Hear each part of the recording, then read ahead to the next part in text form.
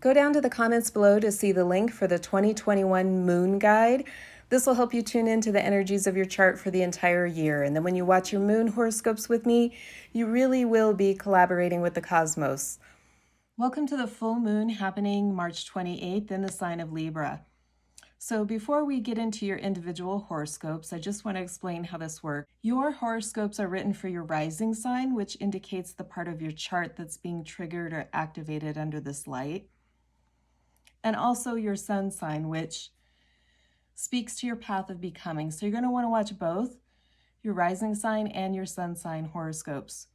Now this full moon, March 28th, is happening again in the sign of Libra, which is the element of air. So it's bringing in a free-flowing energy and a little bit of ease alongside Chiron and Venus. So it really is offering a healing light. So you're going to want to pay attention to your emotions because it's creating space for new ways of seeing yourself. Now this full moon is halfway through the cycle that began with the new moon in Libra back on October 16th, 2020. So you're going to want to see what's transpired since October and how your intentions that you sent back at that time are manifesting. This full moon really is speaking to healing your issues of self-identity and releasing the expectations of others. So the root of all evil is not money. The root of all evil is expectations. Stay with me until the end here because I do pull oracle cards to see what messages want to come through to you from the universe. I've already pulled 2 to illustrate the energies. A full moon is a time to surrender to the divine. In Libra is speaking to balance. We want to have a win-win outcome for both parties, ourselves and others. Again, so we'll pull some oracle cards at the end to get what your individual message is. We have the sun in the sign of Aries and the moon opposite, reflecting the light of the sun from Libra. So Libra is the part of the chart that rules where we connect with others, and Aries is the part of the chart where we start. It's where we begin. This is your I am energy. So this is identity of self and how you project yourself out into the world. The sun is together in the sign of Aries with Venus, which is your self-worth. It's everything that you love and value. And Chiron is also present. We're going to really go into what Chiron means here because this full moon is offering a healing light. I'm calling this your cosmic medicine cabinet. Libra is the sign where we learn to see ourselves through others. So Libra is the great cosmic mirror. And Chiron isn't a planet. Chiron is an asteroid that travels between Uranus and Saturn. And Chiron in astrology represents your greatest wound that ends up becoming your greatest gift. This is where you find your medicine. So Chiron is the wounded healer. In mythology, Chiron was a centaur who could heal others but not himself. So the wound remained unidentified. He didn't know he was wounded.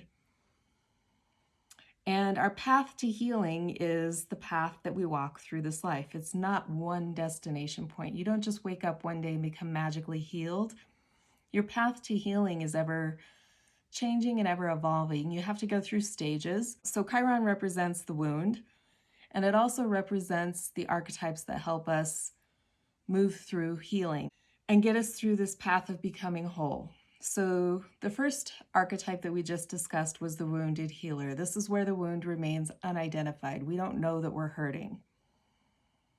Once we discover that we've got a wound and we're hurting, we don't understand where it came from, so we seek out the second archetype, which is a shaman, and is someone who can help point the way towards the root of the pain. So a shaman is someone who travels between worlds.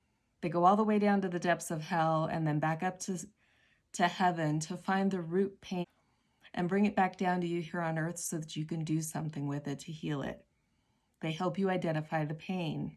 Once you know where the pain is or what the pain is from, you can move to the next stage through the next archetype, which is an alchemist.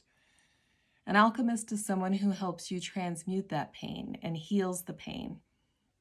You are the alchemist. You heal the pain. When it's in Aries, Chiron is teaching us that this wound, where we hurt, is related to our sense of self. It's related to our self-identity. So somewhere along the line, our sense of self was hurt, and we may have illusions around who we are. This full moon here is really reflecting a healing light that's bringing to the surface or illuminating something that needs to be let go of and surrendered in order to find healing. So it's kind of like that medicine cabinet. When you see your self-reflection and you look past behind that reflection, you reach into the medicine cabinet to find the medicine that will help you heal. So we have the sun opposite the moon with Chiron and Venus. This is your power. The moon is reflecting the light of your inner world. The sun is your power alongside your self-worth and your ability to heal. Chiron represents your greatest wound and, again, your greatest gift. This is your medicine. This is where you find your medicine and learn to use it. So the path that you will walk, the path of your becoming, is also a path of healing.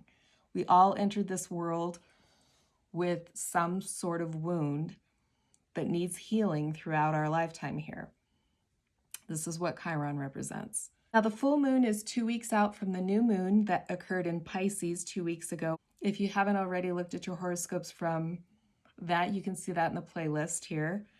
Look for your new moon horoscope so you can refresh yourself about the intentions that you set under that new moon, because the full moon is bringing to surface emotions and highlighting things that need to change in order for you to manifest those intentions.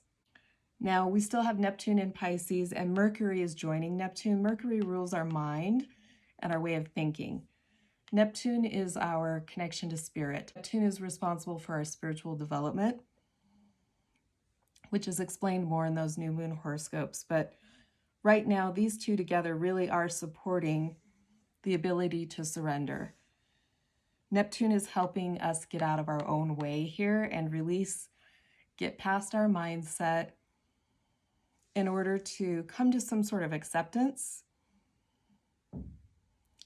or release illusions about our self-identity in order to heal.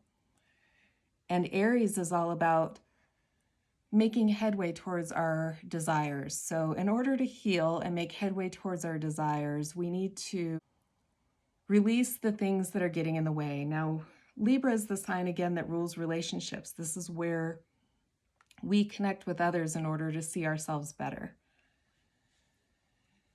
So perhaps there's something about relationships that need to be changing here. And under the light of that new moon 2 weeks ago, it was really inviting you or inspiring you to manifest relationships differently, to dream a new dream as far as the way you relate with others. Your chart that's being activated under this full moon is the 9th house.